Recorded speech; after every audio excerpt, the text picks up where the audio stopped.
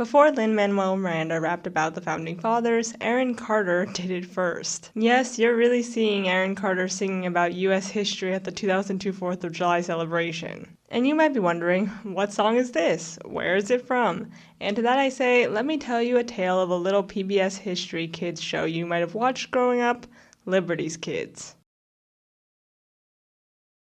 Liberty's Kids, created by Kevin O'Donnell, a well-known animation producer, and Andy Hayward, chairman and CEO of Dick Entertainment, that also owned Sonic the Hedgehog and Inspector Gadget, aired from 2002 to 2003 and included 40 episodes telling almost 2 decades of Revolutionary-era history through the eyes of 2 teenage journalists, Sarah, a British loyalist, and James, an American-born orphan and patriot. In the series, the 2 of them are employed by Benjamin Franklin to write for his Philadelphia Gazette, where they cover the Revolution from the Boston Tea Party all the way to George Washington's inauguration, taking the child and tween audience along with them as they interview famous military generals like Lafayette and Hamilton, as well as other founding fathers like Thomas Jefferson and John Adams. They also speak with Black historical figures like poet Phyllis Wheatley and the first Black woman to sue for her freedom and win in Massachusetts, Elizabeth Freeman, as well as Native Americans like Thayendanegea or Joseph Brant, a well-known Mohawk military leader, and Cornstalk, a famous Shawnee leader from the Ohio country. And Aaron Carter wasn't the only celebrity on Liberty's Kids either.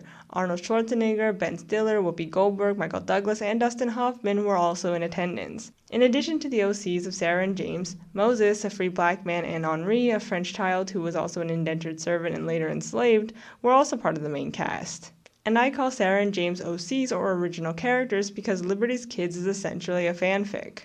And though the series tells some really important stories of those who were persecuted and pushed aside in the name of quote-unquote liberty and freedom, it still very much is rooted in the Founders Chic movement of the late 90s and Y2K, and adds to this long line of media mythologizing U.S. history for kids, specifically when it comes to the Founding Fathers. So without further ado, let's get into it. Liberty's Kids, what is it good for? Liberty's Kids debuted on September 2nd, 2002, during the height of Founders Chic. And you might be wondering, what even is Founders Chic? Well, the term was first coined in a 2001 Newsweek article by Evan Thomas, who sung his praises for the quote-unquote even greater generation, that generation being that of the Founding Fathers. As Thomas writes, many Americans are nostalgic for an earlier era of genuine statesmen. By humanizing the founders, McCullough, the writer of John Adams' best-selling biography that later got turned into an HBO special starring Paul Giamatti, and others have rescued them from the sterility of schoolbooks and, vividly and often movingly, showed them overcoming their fears and flaws. Aside from McCullough's Adams biography,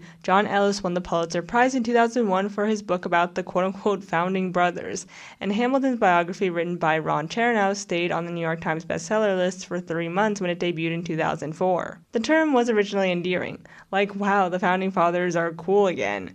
The original article that coined the term even described them as radicals far from pure and cutthroat.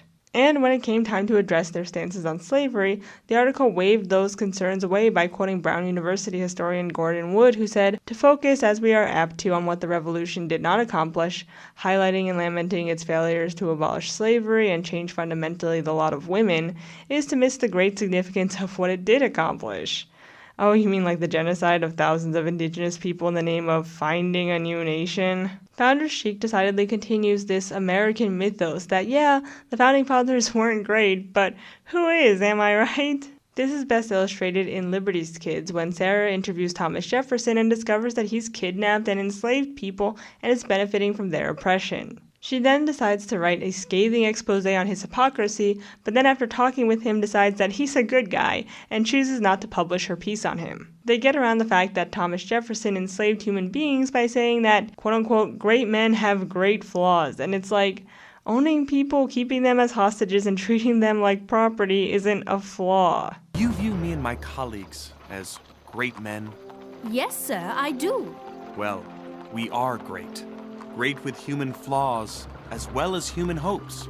And when Sarah and Moses bring up the fact that in the new Constitution, there's no end to slavery, George Washington is like, we're still a new nation and we still have a lot of problems to solve. It's just very dismissive, like it wants to tell the story of U.S. history as truthfully as possible and have the audience, quote-unquote, lose their innocence as they find a hero to idolize. Searching for a hero to idolize, feeling the pain as innocence dies. But it still feels the need to put the Founding Fathers on an untouchable pedestal. Jefferson is the only founding father shown enslaving people in the series. Washington is never shown owning slaves, and is just a hero for the entire story. In an interview with historian Dr. Lyra Montero about Hamilton and Founders Chic, she elaborates that Jefferson being the one thrown under the bus as the only slave owner in the Founding Fathers mythos or canon is a common practice in Founders Chic media. She argues this is because of the bias many historians have of being pro-federalist, as opposed to Jefferson, who was pro-Republican, and because Jefferson, out of all the Founding Fathers, enslaved the most people. But Washington is rarely ever shown enslaving people because that's just quote-unquote too much, I guess. Liberty's Kids also treats slavery like this moral quandary for the white people to suss out, and sometimes they talk about how the U.S.'s economy is built on slavery, but they never say who's benefiting from all of this. Who is securing mass amounts of wealth off unpaid labor to pass down for generations? Who is inheriting people like property? Who was reaping the rewards of this system, and who still are? But instead, they focus on this idea of good and bad white people. For example, Moses has a brother named Cato who decides to fight for the British in order to get his freedom as he's enslaved, and we even see him being sold at an auction in Virginia. While fighting at the Battle of Yorktown, Cato literally asks, "Where are the good white people? Show them to me." There must be good white people. Show them to me. Please, show them to me. Later, he runs away and makes his way to Canada, where he's put to work by a white British loyalist who must also flee the U.S. In the end, after finding some quote-unquote good white people, Cato has his faith in white people restored to make the presumed white audience feel good about themselves. What's frustrating about it is that it's just so reductive. Like, of course, not all white people are bad, but that doesn't change the fact that white people are still benefiting from slavery and white supremacy. And of course, individual actions and stances matter and can change the course of history. No one's saying they can't. But just that slavery is more than a simple question of being for or against it. It's a question of why it even exists in the first place and who it serves, and that's never really touched on. Instead, the show says as long as there's quote-unquote good white people, everything will be okay. In the beginning of the show, we see Phyllis Wheatley praise the revolution because she sees it as a parallel to her own suffering, as the colonies are like quote-unquote slaves to their British master. And she was sentimental to the cause for freedom from England as seen with her poem to George Washington, but we only see her in the first few episodes and never follow up her story with its fairly tragic ending of her dying young and penniless. And honestly, besides the first few episodes and the last episodes, Moses and Cato are barely in the show. Moses specifically is only there to help Henri learn to read and to help James become a better journalist. In the end, he opens up a school for free black children, but his story very much romanticizes this idea that if you just work hard and save your money, you can be free and achieve your dreams, which is, as we all know, is utter nonsense. Rugged individualism doesn't exist. People don't get to where they are without help, without privileges that they've been afforded, and no one is on equal footing with anyone else. This idea that you can just work and study really hard and you will be rewarded is a falsehood and a fantasy that capitalism hangs over our heads, so we blame ourselves and others for the positions they're in instead of those at the top.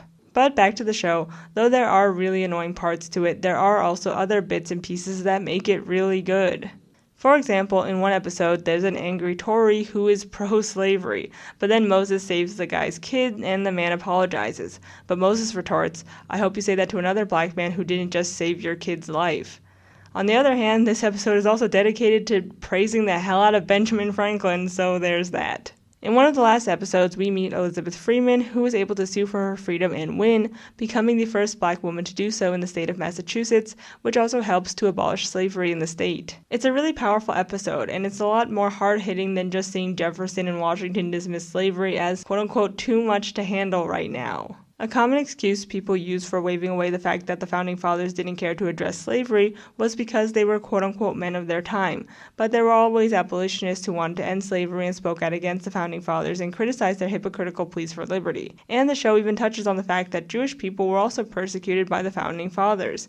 Moses Michael Hayes was pressured at the time to sign a loyalty oath due to his religion. They also bring up the fact that Jewish people didn't have full citizenship in the new government either, which is something rarely taught in school, at least in my experience. And though Liberty's Kids was a good gateway into U.S. history, a lot of the episodes are just this weird dance of tiptoeing around the hard stuff and then having the heroes of the show, the Founding Fathers, hand-wave those concerns away.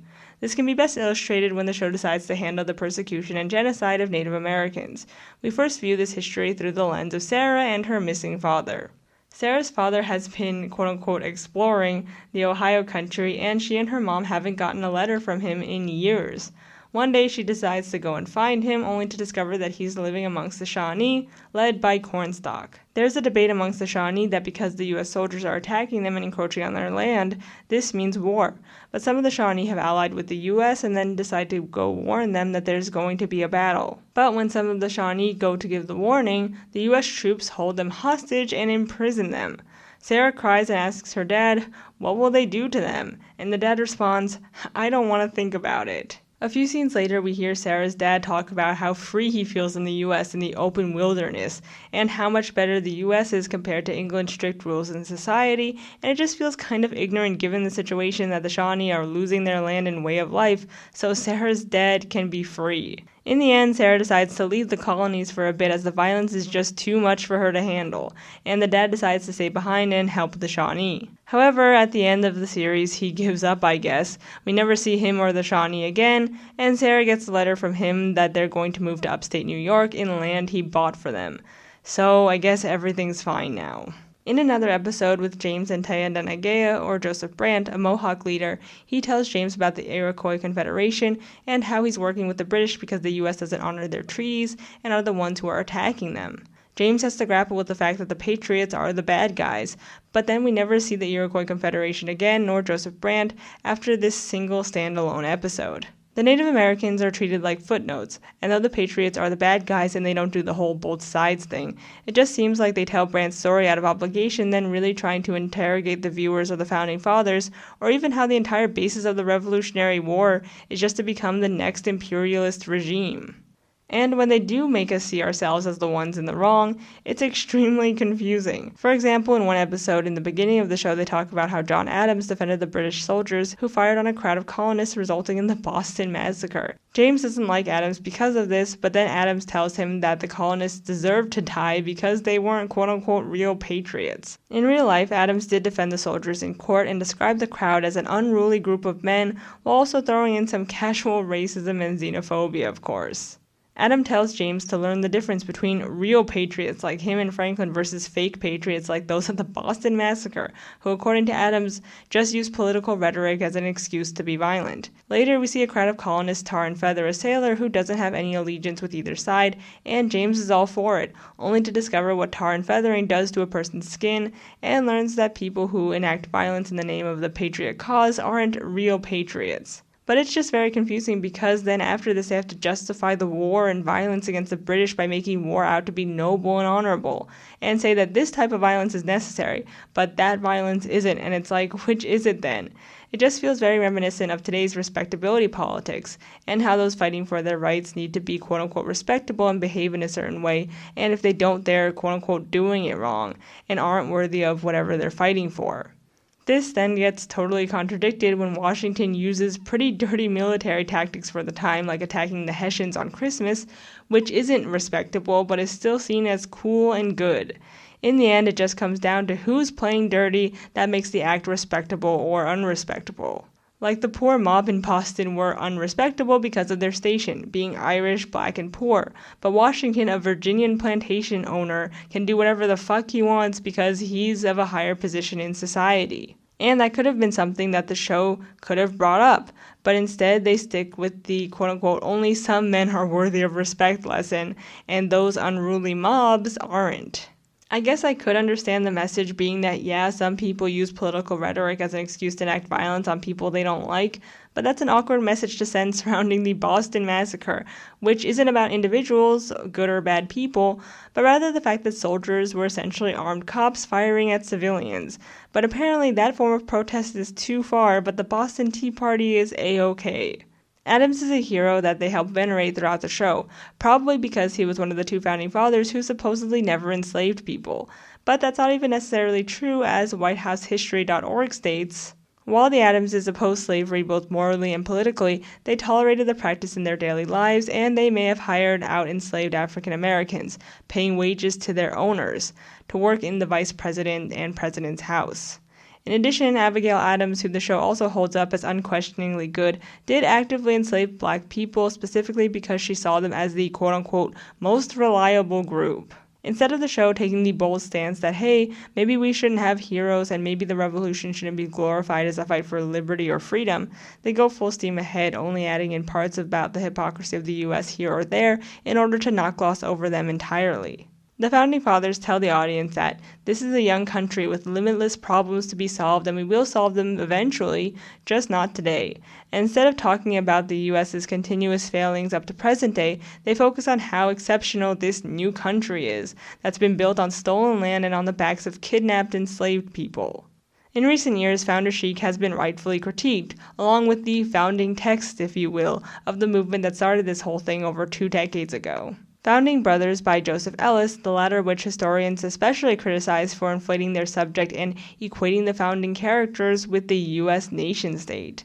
Historian William Hoagland says that Chernow, the author of Hamilton's biography that Hamilton the musical is also based on, and in turn Miranda, fictionalized Hamilton by overemphasizing his progressive rectitude. Hoagland especially criticizes Chernow and Miranda's depiction of Hamilton as a manumission abolitionist. He laments that the biography and musical gave the false impression that Hamilton was special among the Founding Fathers, in part because he was such a staunch abolitionist, which he wasn't. There's an active debate on whether Hamilton the musical is Founders Chic or not, but the book on which Hamilton is based does have that reputation, and Liberty's Kids was definitely born out of that movement, and though it tries to make U.S. history more complex than we know it, is still preoccupied with just how awesome and cool not only the Founding Fathers were, but how amazing the U.S. is as a country, without reflecting how the quote-unquote American heroes we're told to look up to have become the imperialists they said they hated so much.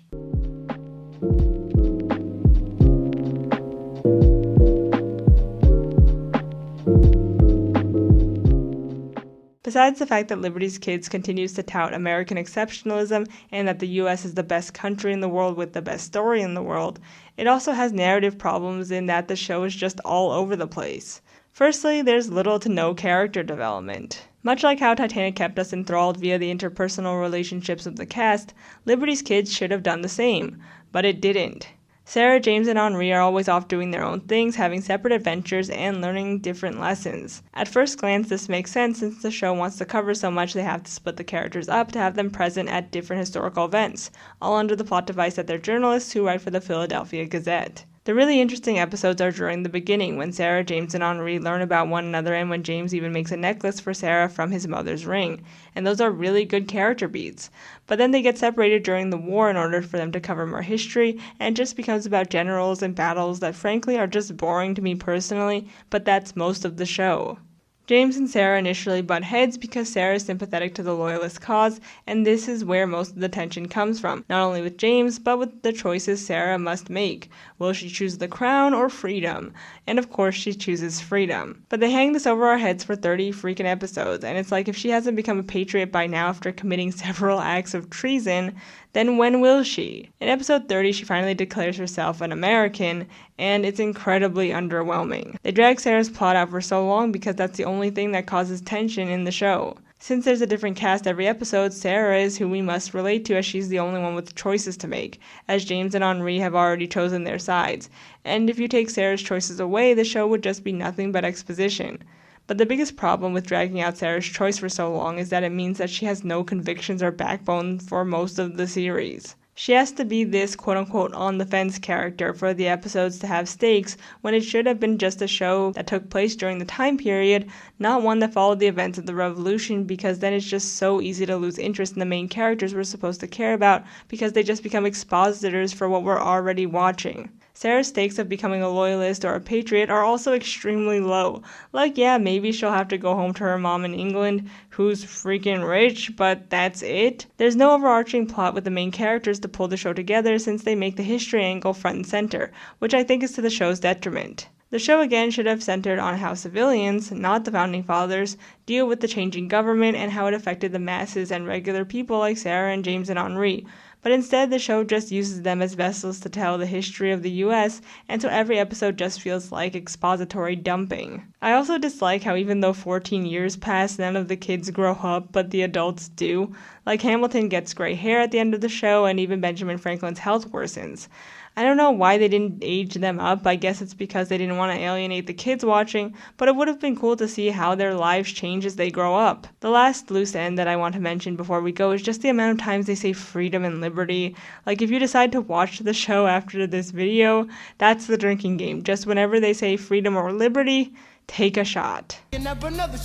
So I talked about how in the beginning Liberty's Kids is just a fanfic, and yeah, that's basically it.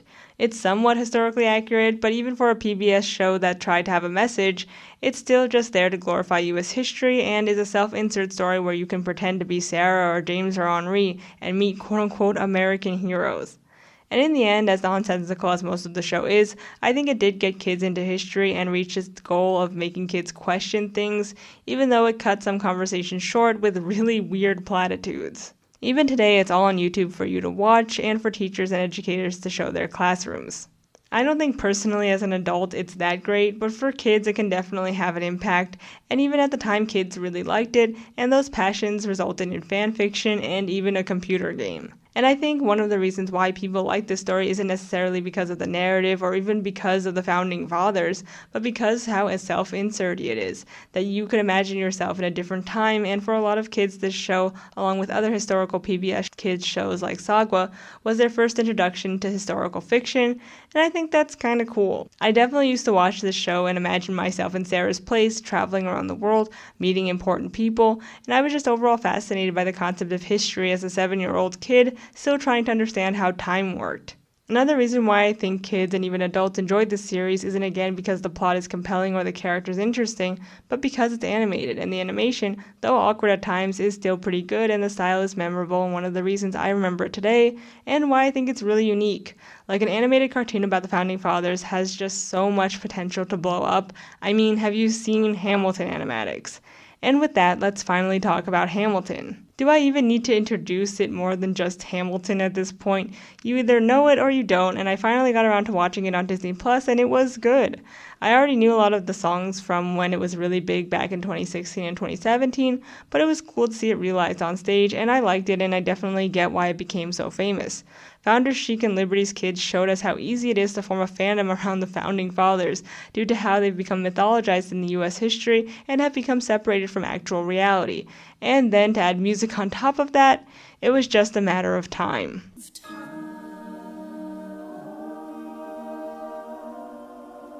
But of course, a talk about Hamilton wouldn't be a talk about Hamilton without discussing its critiques. Firstly, that it's quote-unquote historically inaccurate, which isn't really a criticism, but just a fact. Unlike Liberty's Kids that tries to come off as telling the true history of the US, Hamilton is a musical based on an already biased piece about the titular character that came out during the Founders Chic movement, so of course, no, it's not historically accurate, and for me personally, I don't think that matters that much. I personally go into historical dramas, whether it be movies, TV shows, books, or musicals, knowing that this won't be the full story and that I'll have to do my own research and reading afterwards. I think most people don't watch Hamilton and think they're going to get the 100% accurate story of Hamilton's life in 2 hours and 30 minutes. The second bone of contention is that it glorifies Hamilton, which I personally didn't get from it. If anything, Hamilton to me just comes off looking as a pretty bad guy in the end. But unfortunately, this is for the wrong reasons that kind of tie into the whole quote-unquote this musical isn't historically accurate argument. And I think it's okay that the musical isn't historically accurate, but the problem for me is that it obfuscates the more damaging things about Hamilton. As Ken Owen wrote, Hamilton portrays all of Hamilton's failings as failings of personality or character.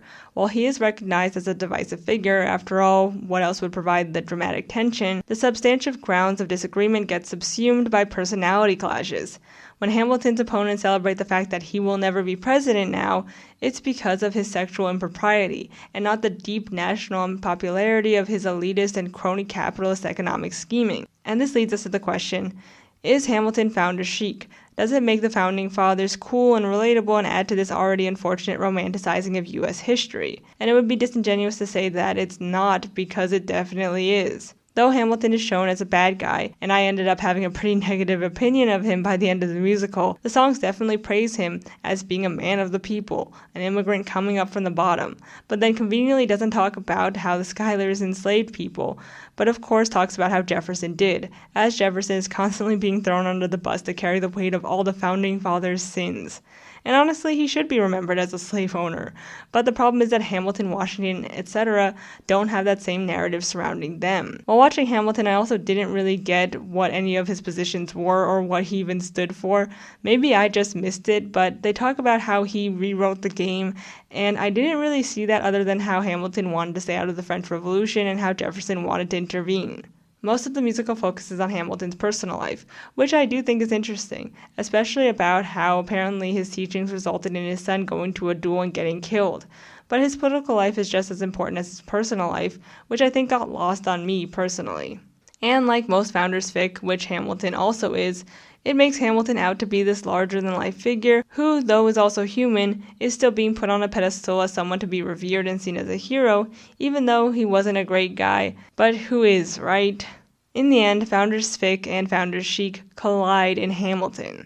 Founders fic is making the Founding Fathers relatable and flawed, while Founders Chic aggrandizes them by making them cool, radical heroes, and Hamilton, like Liberty's Kids, does it all. That doesn't mean that Hamilton is bad, but that it's just a byproduct of an already huge industry that capitalizes off of people's nostalgia for a quote-unquote better time in U.S. history. Lastly, both movements have the same impact of romanticizing the Founding Fathers by turning them into characters for consumption rather than real people who actually existed. But in the year of our Lord 2021, I think most people know that Hamilton is just fanfic. It's not really based on any real history, but just based on this idea of an American mythos, of American gods, if you will, that just gets regurgitated every generation, and that's really all it is. The final critique I want to touch on before we get to the big one is that a lot of people don't like how there's this pull yourself up by your bootstraps narrative in the musical, that if you just work really hard and read that you'll rise up in a highly capitalistic and classist society. And yeah, the show definitely touts that narrative that if you just try harder, things will work out, when in reality, it doesn't matter how much you work when there are systems at play purposefully created to keep you down. And honestly, Lin Manuel Miranda seems open to critiques of Hamilton and has said that it's all valid and fair game, which honestly, good for him. The last and biggest point of contention about Hamilton is, of course, the casting. Hamilton makes sure to cast black and brown actors in all of the main roles, and according to The Atlantic, in 2016 a New York City lawyer objected to a Hamilton ad encouraging non-white actors to try out for lead parts because any actor should be able to try out for any role. Hamilton's producers said that they would reword the casting call to reflect that distinction, but would not change anything about the racial makeup of the cast. In a rebuttal, the producers responded, "It is essential to the storytelling of Hamilton that the principal roles, which were written for non-white characters, excepting King George, be performed by non-white actors," they wrote in a statement. Whether the casting is color-conscious versus color-blind has been a huge debate for the past 6 years that Hamilton has been a thing. And though it seems as though the choice is to be color-conscious, as backed up by this 2016 article, it also seems to be, at times, color-blind. Bethany Knox, who cast Hamilton, said in 2020, "The king is white, but he doesn't have to be," Knox said. "In many of our earlier versions, King George was not white. As the company continues to cast touring versions of Hamilton, Knox keeps her options open." So it's hard to get a clear answer on what was going on behind the casting of Hamilton. But to me, the casting does seem intentional. After all, as Lin Manuel Miranda has said many times, it's a story of America then, told by America now. So it makes sense that they want actors who are American to be non-white and for the evil British King George to be white. But they're also open to casting anyone for the king role because the intention, I think, is to give exposure to as many black and brown performers as possible, as Broadway has for a long time been a white-dominated space. And I think it's funny that the same people who get angry about the casting of Hamilton for making the founders black and brown are usually the same people who say that they should get the best people for the job. But when a production actually does that, those same people become outraged because they didn't mean quote-unquote those people. White people are so often seen as the best ones for the role, and Hamilton proves that that's not true, but then faces backlash from the very same people who use that argument to hide behind what they're really thinking. Why can't the best people for the role be non-white?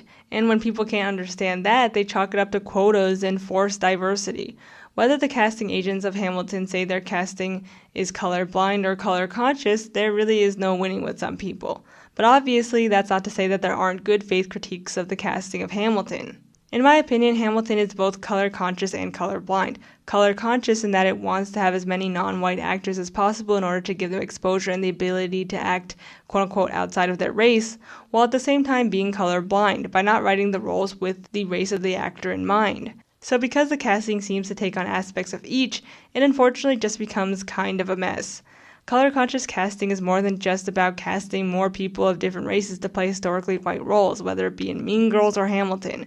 It's about writing better roles that don't erase the character's race, but it's kind of impossible to do that well when the guy you're playing was a white person who enslaved black people, or when any person of color can play your role, because not all people of color navigate the US the same way. In some articles I came across while writing this, I saw some authors call Hamilton the corniest thing to come out of the Obama era, and yeah, it's really hard not to see it like that. On the other hand, there are people who hate Hamilton because they don't see rap as an art form, quote-unquote, befitting the Founding Fathers or an art form period, and because they hate seeing black and brown people be the Founding Fathers, which I think shouldn't be ignored in a way that Hamilton helps defamiliarize some people with their own history. At the same time, the argument could be made that most people who watched Hamilton at its height were wealthy white liberals patting themselves on the back for getting it, and that the musical helped put this idea in their heads that race doesn't matter and that we're all equal. Not to mention that some historians, like Dr. Patricia Herrera, voice concerns about how her daughter, who idolizes Angelica Schuyler, might not be able to differentiate between the 18th century slave owner and the African American actress portraying her. As Dr. Herrera writes, does the hip-hop soundscape of Hamilton effectively drown out the violence and trauma and sounds of slavery that people who look like the actors in the play might have actually experienced at the time of the nation's birth? And that's a real concern, and I don't have the answers. Does Hamilton do more damage than good is a question we're going to be asking ourselves for a long time. However, I would never be as cynical as to be upset that Hamilton exists. In fact, I'm glad it exists and gave so many performers the exposure they deserved in a highly competitive and racialized industry. In the end, I don't think that Hamilton and Liberty's Kids makes us quote-unquote more ignorant to history. If anything, I think they open up the door to explore more of history, and the failings of both teach us what needs to be done to truly learn about this country's roots. We can and should learn from the failings of Founders Chic, and the lesson we should take away is don't idolize people, because once you do, it makes it impossible to ever really tear them down and see them as people who should be scrutinized and remembered for who they were, not what we want them to have been.